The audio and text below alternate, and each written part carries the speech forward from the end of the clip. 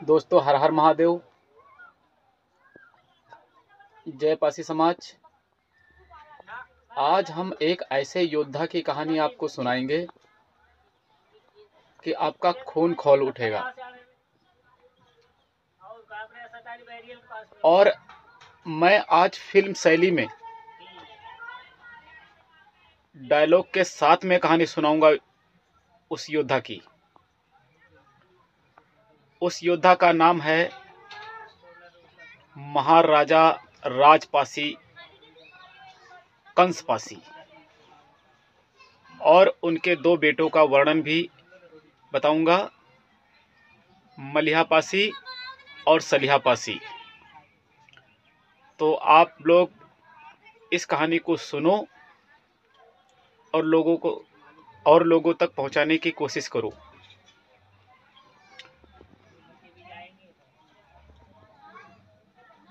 और कोशिश करना, अगर ये कहानी अच्छी लगे आपको तो सपोर्ट भी करना, क्योंकि मैं लिखता ज़रूर हूँ लेकिन सुनाता नहीं हूँ। लेकिन आज मैं सोच रहा हूँ कि भाइयों तक ये कहानियाँ पहुँचनी चाहिए। हर हर महादेव। आओ सुनाते हैं आपको कहानी। दोस्तों, ये कहानी एक ऐसे योद्धा की है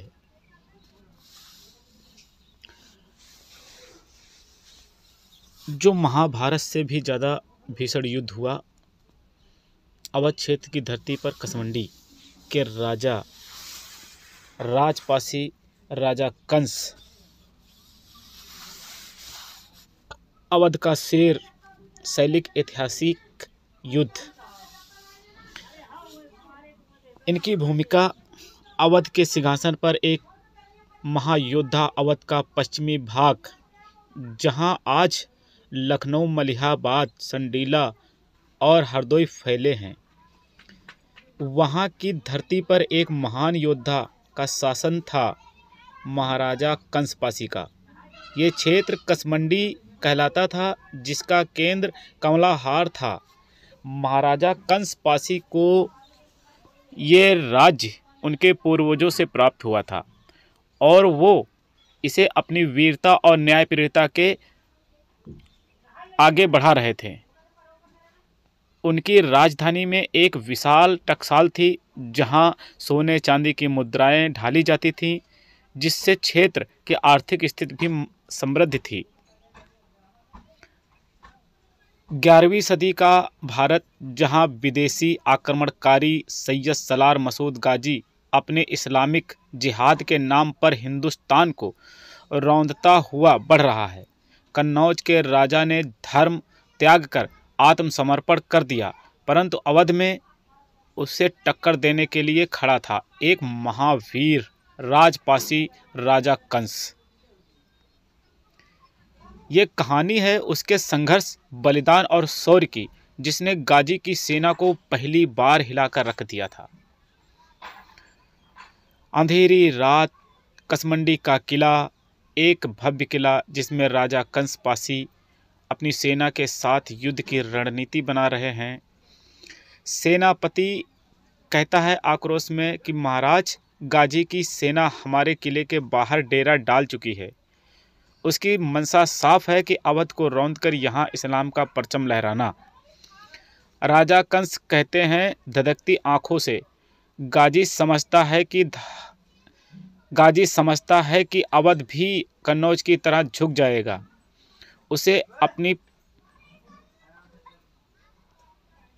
गाजी समझता है कि अवध भी कन्नौज की तरह झुक जाएगा। उसे नहीं पता कि यहाँ राजपासी राज करते हैं, जो मर सकते हैं लेकिन झुक नहीं सकते। सेना में उत्साह भर जाता है, सैनिक तलवारें निकाल कर हुंकार भरते हैं और पहली लड़ाई और नाव संडीला का युद्ध होता है। युद्ध भूमि पर राजा कंस की सेना मोर्चा संभाले हुए है। गाजी की विशाल सेना तेजी से बढ़ रही होती है। गाजी का एक सेनापति सैयद हातिम घोड़े पर चढ़ते हुए, राजा कंस, तेरी छोटी सी सेना हमारी विशाल ताकत के आगे कुछ भी नहीं। अगर जिंदगी चाहता है तो कलमा पढ़ और इस्लाम कबूल कर। राजा कंस ललकारते हुए कहते हैं, हिंदुस्तान की धरती पर खड़े होकर तू हमें इस्लाम कबूल करने को कह रहा है? जा पहले अपनी कब्र खुदवा ले।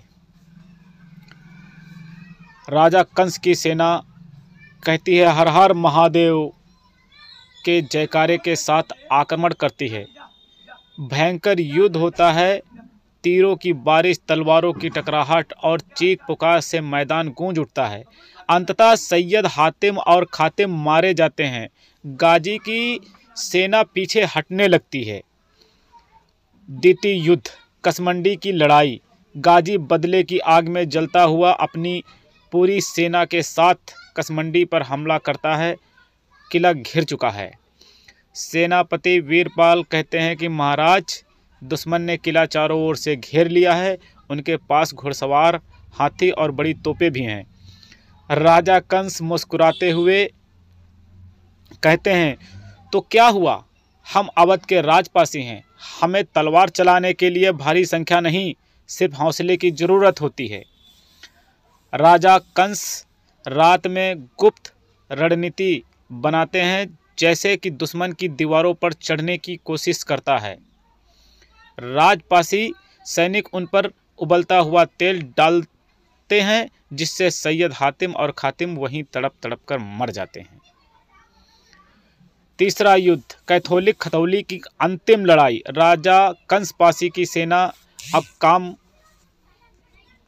कम हो चुकी है, पर हौसला बरकरार है। राजा कंस, अगर आज हम झुके तो आने वाली पीढ़ियां गुलाम बन जाएंगी। हमारी तलवारें आज़ादी की आखिरी उम्मीद हैं। गाजी पूरी ताकत से हमला करता है। खून की नदियां बह जाती हैं। राजा कंस अकेले ही कई दुश्मनों को मार गिराते हैं, लेकिन अंत में वीरगति को प्राप्त होते हैं। गाजी भारी नुकसान उठाकर आगे बढ़ता है, लेकिन 2 साल बाद बहराइच में राजा सुहेलदेव के हाथों मारा जाता है। संभाविता है कि राजा कंस कहते हैं, हम राजपासी हैं, गुलामी हमारी रगों में नहीं, शेर का खून बहता है। तो गाजी कहता है, मैंने हिंदुस्तान को घुटनों पर झुकते देखा है। राजा कंस पासी कहते हैं, तो आज इसे तलवारों पर खड़े होते भी देख। सेनापति कहता है कि महाराज, हम कम हैं। राजा कंस पासी कहते हैं, जब तक हमारी तलवारें चमक रही हैं तब तक संख्या मायने नहीं रखती। गाजी कहता है कि तेरी आखिरी ख्वाहिश क्या है? राजा कंस पासी कहते हैं कि तेरे जैसा कायर हिंदुस्तान की धरती पर दोबारा कदम न रखे। राजा कंस पासी अंतिम बार कहते हैं, शेर जब सो जाता है तो लोग उसे मरा समझ लेते हैं, पर राजपासी जब मरते हैं तो इतिहास बन जाते हैं। मलिहा पासी और सलिहा पासी का प्रतिशोध। महाराजा कंस पासी के 2 पुत्र मलिहा पासी और सलिहा पासी अपने पिता की शहादत का प्रतिशोध लेने के लिए आगे आए। मलिहा पासी ने मलिहाबाद बसाया और सलिहा पासी ने संडीला को अपने शासन का केंद्र बनाया। सन 1199 ईस्वी से 1320 ईस्वी तक जब भारत के गगन में विदेशी आक्रांताओं की तलवारें लहराने लगी थीं, तब संडीला और मलिहाबाद की धरती पर महाराजा कंस पासी के दोनों पुत्र मलिहा पासी और सलिहा पासी अपने शौर्य की कहानी लिख रहे थे। ये कथा है उन राजकुमारों की जिन्होंने अलाउद्दीन खिलजी और सैयद मखदूम की विशाल सेना को धूल चटा दी थी। महाराजा मलिहा पासी और महाराजा सलिहा पासी की वीर गाथा एक महाकाव्यात्मक युद्ध की कहानी है। संडीला दुर्ग सभा मंडप एक विशाल सभा लगी है। राजा सलिहा पासी अपने सिंहासन पर बैठकर मंत्रियों और सेनापतियों के साथ युद्ध रणनीति बना रहे हैं। बाहर नगाड़ों की गूंज हो रही है। युद्ध का आह्वान हो चुका है। तभी सेनापति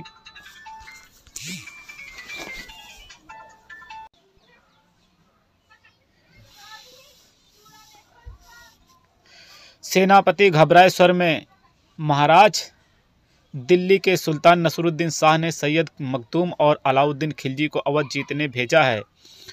उन्होंने कई राज्य जीते और कई राजा उनके सामने नतमस्तक हुए और झुक गए।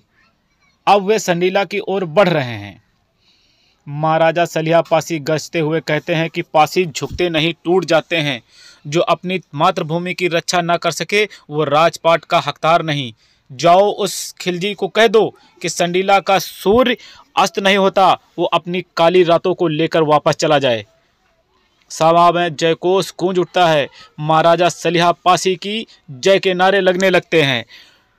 संडीला की रणभूमि मटमैले आसमान के नीचे हजारों सैनिकों की टकराहट से धूल का बादल उठ रहा है। एक ओर पासी वीर जिनकी आंखों में आग और दूसरी ओर अलाउद्दीन खिलजी की विशाल सेना, तलवारें टकरा रही हैं, तीरों की बौछार हो रही है। अलाउद्दीन खिलजी गुस्से में, यह संडीला का राजा समझता क्या है?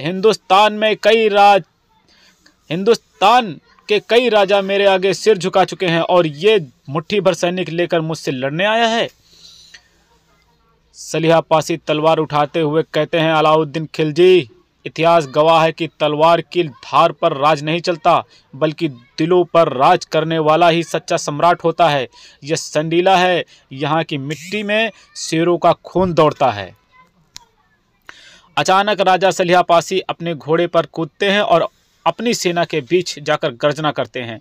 सलिया पासी जोरदार आवाज में कहते हैं कि वीरों, ये युद्ध हमारी मातृभूमि की रक्षा का है।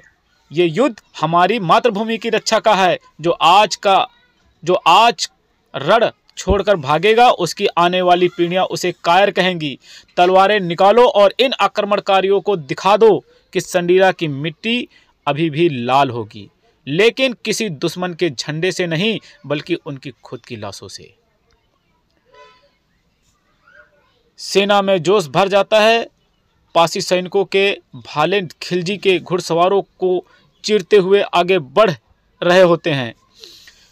महाराजा मलिहा पासी का आगमन रणभूमि में धूल के बीच से एक और सेना आती दिखाई देती है।